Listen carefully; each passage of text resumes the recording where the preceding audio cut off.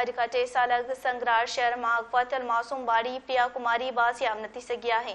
7 वरियनि जी मासूम प्रिया कुमारी मुहर्रम दौरान पंहिंजे वालिद सां गॾु हज़रत इमाम हुसैन अलैहिस्सलाम जे ग़म में उञायल अज़ादारनि जे लाइ सबील हलाए रही हुई त खेसि अगवा करे गुम कयो वियो। मासूम ॿारीअ खे 10 मुहर्रम हराम जे ॾींहुं अगवा कयो वियो। मासूम प्रिया कुमारी जे अगवा जो केस संदसि वालिद राजूमल जी फरियाद ते दाख़िल कयो वियो। इन्ही हवाले सां ॻाल्हि ॿोल कंदासीं। उत्तर सिंध ख़ासि तौर ते कशमोर, कंधकोट, कोटकी ऐं शिकारपुर वारा इलाइक़ा आम माण्हुनि लाइ नोगो एरिया बणिजी विया आहिनि। वधंदड़ बदअमनी खे रियासत रोकण में मुकमल तौर ते नाकाम थी वई आहे। अमा खे आगे कंदासीं। उत्तर सिंध ख़ासि तौर ते कशमोर, कंधकोट, कोटकी ऐं शिकारपुर वारा इलाइक़ा आम माण्हुनि लाइ नोगो एरिया बणिजी विया आहिनि। वधंदड़ बदअमनी खे रियासत रोकण में मुकमल तौर ते नाकाम थी चुकी आहे। उन हवाले सां ॻाल्हि ॿोल कंदासीं। असां सां टेलीफोन लाइन ते मौजूद आहे सखर मां रिपोर्टर, असांखे उन हवाले सां ब्रीफिंग कंदो। उत्तर सिंध ख़ासि तौर ते कशमोर, कंधकोट, कोटकी ऐं शिकारपुर वारा इलाइक़ा आम माण्हुनि लाइ नोगो एरिया बणिजी विया आहिनि। उन हवाले सां असां ॻाल्हि ॿोल कंदासीं। असां सां टेलीफोन लाइन ते मौजूद आहे सखर मां धरती टीवी जो रिपोर्टर अब्दुल गफूर शेख। जी अब्दुल गफूर शेख, आगाह कजो केतिरो वक़्तु थी वियो आहे प्रिया कुमारी खे अगवा थिए ऐं पुलिस पारां कहिड़ियूं कोशिशूं कयूं वयूं आहिनि नीगरी जी बाज़ियाबीअ लाइ? जी बिल्कुल 2021 जे अगस्त जे महीने में जेको आहे सो आख़िरी ॾियारनि में जॾहिं मुहर्रम उल हराम जी 10 तारीख़ हुई त उन टाइम इमाम हुसैन अलैहिस्सलाम ऐं संदसि जानिसार साथियुनि जी यादि में जेको आहे सो अज़ादारी ऐं मातम कंदड़ मोमिननि अज़ादारनि खे जेको आहे सो मिठे पाणी जी सबील पीआरण जे लाइ मासूम न्याणी प्रिया कुमारी जेका पंहिंजे वालिद साहब सां गॾु संगरार वारे इलाइक़े में सबील खणी वेठल हुई त उन सबील तां जेको आहे सो मासूम न्याणी 7 वरियनि जी प्रिया कुमारी खे जेको आहे सो अगवा कयो वियो हो, जंहिंजी बाज़ियाबीअ जे लाइ जेको आहे IG सिंध तरफ़ां उन टाइम जेको आहे कमेटी बि क़ाइमु कई वई, जंहिं कमेटी जो सरबराह SSP अमजद शेख साहब हुयो। उहो 2-3 भेरा जेको आहे संगरार बि आयो ऐं उन खां पोइ जेको आहे मालूमात बि समूरी वरिती, समूरा अंग अखर कठा कया विया।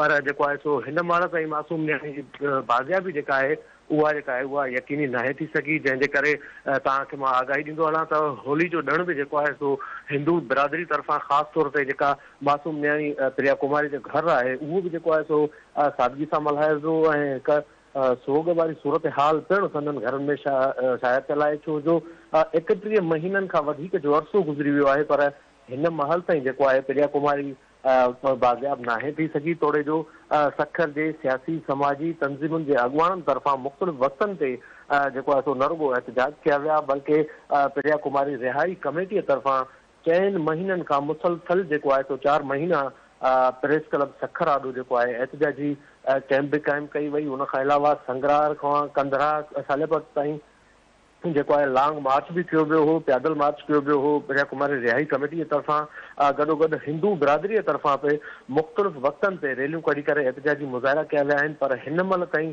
कंहिं बि क़िस्म जो जेको आहे प्रिया कुमारी जी बाज़ियाबीअ जे हवाले सां को बि खड़पेल नाहे निकिरी सघियो, जंहिंजे करे न रुॻो संदसि वालिद ऐं घर भाती बल्कि सान्याहवंद जेके आहिनि उन्हनि में पिणु ॻणती वारी सूरत हाल पखिड़ियल आहे। कुझु ॾींहं पहिरियां पीपल्स पार्टी शहीद भुट्टो सखर डिवीज़न जे तरफ़ां पिणु जेको आहे सो प्रिया कुमारी जी रिहाई जे लाइ जेको आहे रैली कढी वई, जंहिंमें प्रिया कुमारी समेत जेका उत्तर सिंध में जेका बदअमनी जी बाहि भड़के पई इन जे हवाले सां जेको आहे सो ज़ोरदार नारा बि हया विया। उनखां पोइ प्रेस क्लब आॾो मुज़ाहिरा बि कया विया वक़्तनि ब वक़्तनि SSP ऑफिस, उनखां पोइ DIG ऑफिस ऐं DSP रोहड़ी जी ऑफिस ॿाहिरां पिणु जेको आहे सो एहतजाज कया विया आहिनि। पर हिन महिल ताईं को बि ख़ातिर ख़्वाह नतीजो नाहे मिली सघियो।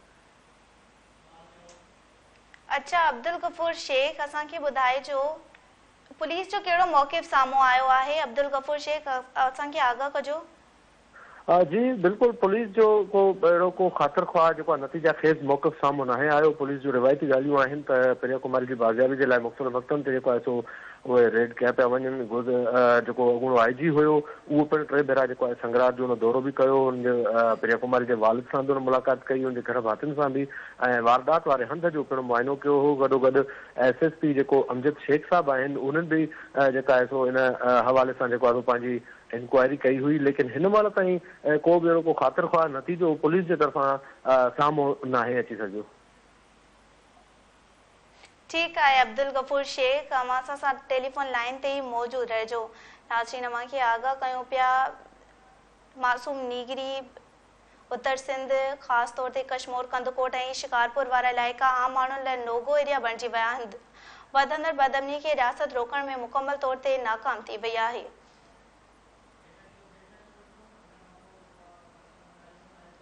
नाज़रीन, हाणे असां सां टेलीफोन लाइन ते मौजूद आहे प्रिया कुमारी जो वालिद साहब, जंहिंजे साम्हूं प्रिया खे अगवा कयो वियो। यकीनन मासूम बाड़ीअ जो पीउ जे साम्हूं अगवा थियल हिकु दिलि ॾारींदड़ वाक़ियो आहे। राजमल साहिब, तव्हां जे साम्हूं उहो वाक़ियो पेश आयो आहे, उहो कीअं वाक़ियो पेश आयो, थोरो पस मंज़र में ॿुधाइजो। मोहरम जो ॾींहुं कबील पियो हलायां मामू सां गॾु वेठी प्रिया 3:30 बजे टाइम घर जे अॻियां हलंदा आहियूं असां मोला खे मञी दड़ो ऐं वॾा मञी दड़ा। उन खां पोइ जीअं वेठी जीअं मां वरी ॿियो बि कबील खण वियो अंदरि, त वापसी में मां गॾु बीठी त ख़बर ई न पई त केॾां वई।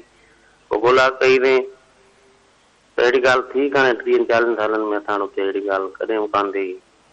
उन खां पोइ ॻोल्हा कई अथई मंदरनि में ॿियो टियों, मां FIR बि दाख़िल हाणे ते रस्ते मुंहिंजे बाबा ॻोल्हे ॾियो मुंहिंजी न्याणी काथी लॻे।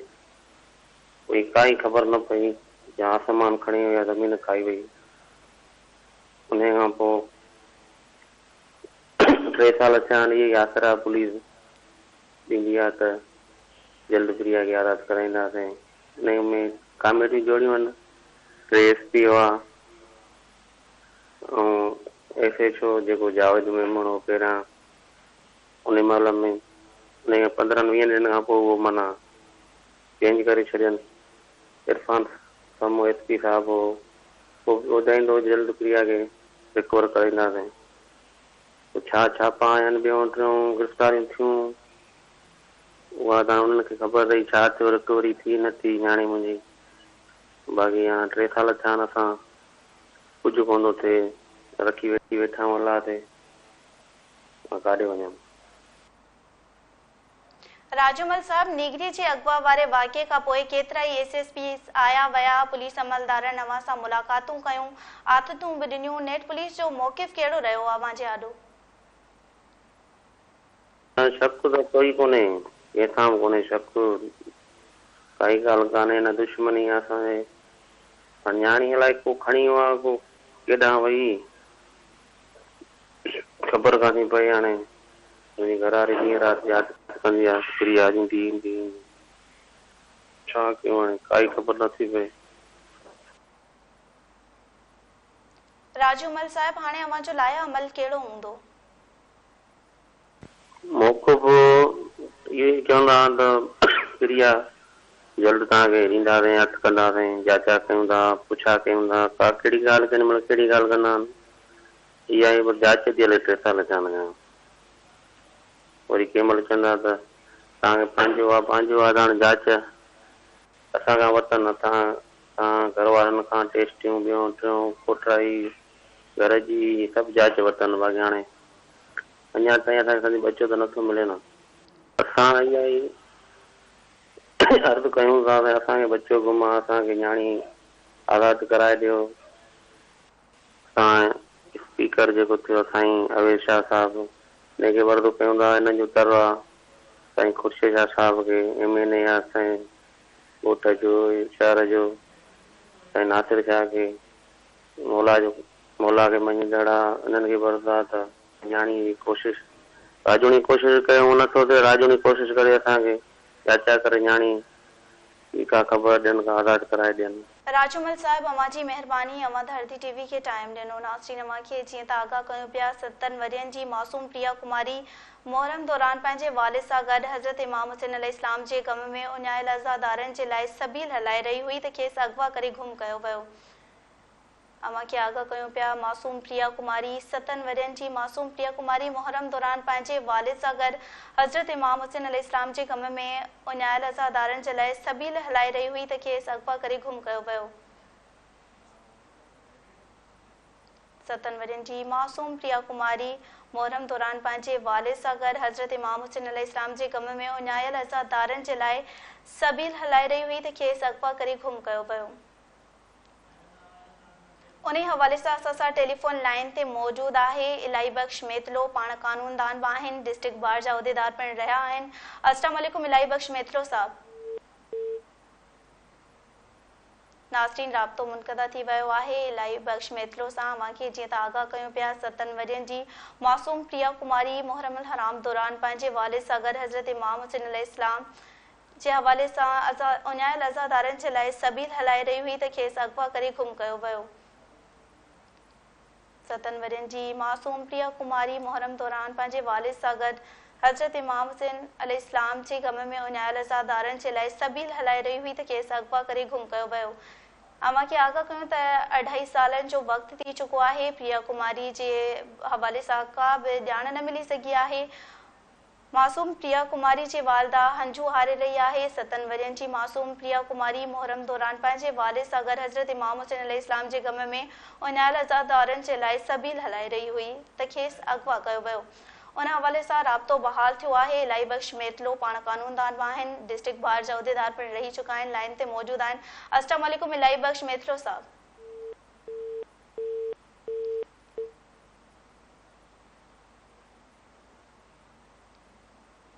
नाज़रीन राब्तो मुनक़दा थी वियो आहे इलाई बख्श सां। अवांखे जीअं त आगाह कयूं पिया 7 वरियनि जी मासूम प्रिया कुमारी मुहर्रम दौरान पंहिंजे वालिद सां गॾु हज़रत इमाम हुसैन अलैहिस्सलाम जे गम में उञायल अज़ादारनि जे लाइ सबील हलाए रही हुई त खेसि अगवा कयो वियो आहे। जीअं त अवांखे आगाह कंदा हलूं त 2.5 सालनि जो वक़्तु थी चुको आहे। मासूम प्रिया कुमारी जी वालदा हंजू हारे रही आहे। 2.5 सालनि जे वक़्त में प्रिया कुमारी जो को बि ॾस पतो नाहे पइजी सघियो। 7 वरियनि जी मासूम प्रिया कुमारी मुहर्रम दौरान पंहिंजे वालिद सां गॾु हज़रत इमाम हुसैन अलैहिस्सलाम जे गम में उञायल अज़ादारनि जे लाइ सबील हलाए रही हुई त खेसि अगवा करे गुम कयो वियो आहे।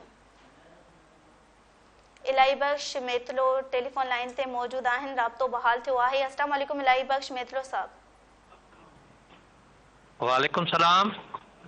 इलाई बख्श मेतलो साहब अवांची महिरबानी अवां धरती टीवी के टाइम ॾिनो। इलाई बख्श मेतलो साहब मासूम वाड़ी अगवा थी आहे। 3 साल गुज़री वञनि था पर प्रिया कुमारी जो को बि ॾस पतो न पियो आहे। कीअं था ॾिसो अवां हिन वाक़िए खे? प्रिया कुमारी सिंध जी न्याणी आहे ऐं being general secretary district bar association Sukkur ऐं chairman human rights unity foundation Pakistan असां पंहिंजे टीम फीमेल टीम समेत संगरार प्रिया कुमारी जे आज़ादीअ लाइ वियासीं ऐं धरणा बि हया आहिनि। प्रेस क्लब सखर ॾाढो बि मुज़ाहिरा कया आहिनि ऐं पर अफ़सोस जो मक़ाम आहे जो तक़रीबन 2.5 साल खनि थी विया आहिनि त न्याणी जेका असां बाज़ियाब न थी सघी आहे। इन लाइ हाई कोर्ट ऑफ सिंध माना सोयो मोटो एक्शन बि वरितो हुयो जंहिं ते माना हिकिड़ी JIT ठही जंहिंमें 3 SSPs बि जेके आहिनि से उहे इनखे जांच लाइ हुया पर अफ़सोस तो हिन महिल ताईं को बि हुन में अमल दख़ल जेको आहे असो न थी सघियो आहे त न्याणी जेका आहे सा रिकवर न थी सघी आहे। इलाई बख्श मेतलो साहब मासूम ॿारनि जी अगवा जूं वारदातूं उन खां पोइ केतिरा ई वरे गुज़रण बावजूदि ॿाड़ीअ जो बाज़ियाब न थियणु यकीनन हुकूमत रट के चैलेंज कनि थियूं। नेट छा कजे?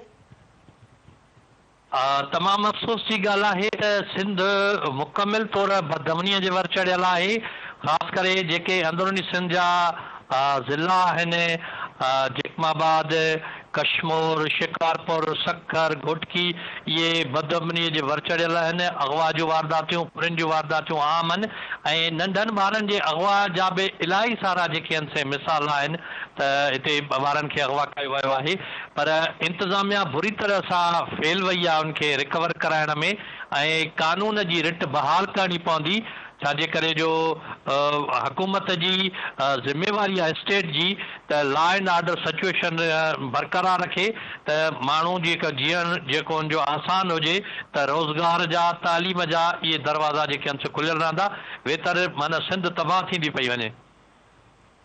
अच्छा इलाई बख्श मेतलो साहब ठुल जी फजीला सरकी हुजे या संगरार जी प्रिया कुमारी सिंध जंहिंजे इलाइक़नि मां ॿार अगवा थियल आहिनि उन्हनि जी बाहिफ़ाज़त बाज़ियाबी पुलिस जी अवलियन फ़र्ज़नि में शामिल आहे।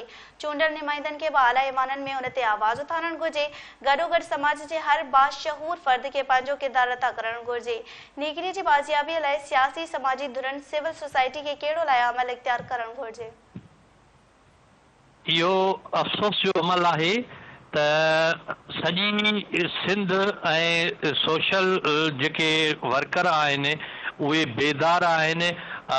जेका सरकी साहिबा आहे या वरी हीअ प्रिया कुमारी आहे या जेके मग़वी ॿिया बि आहिनि उन्हनि जे जेके आहिनि से लाइ सिविल सोसाइटी उथी खड़ी थी आहे, पर चूंडियल नुमाइंदा असेंबलीअ में आवाज़ उठाइण खां अलावा बि पंहिंजो मीडिया ते बि को मौक़िफ़ ॾियण लाइ तयारु न आहिनि।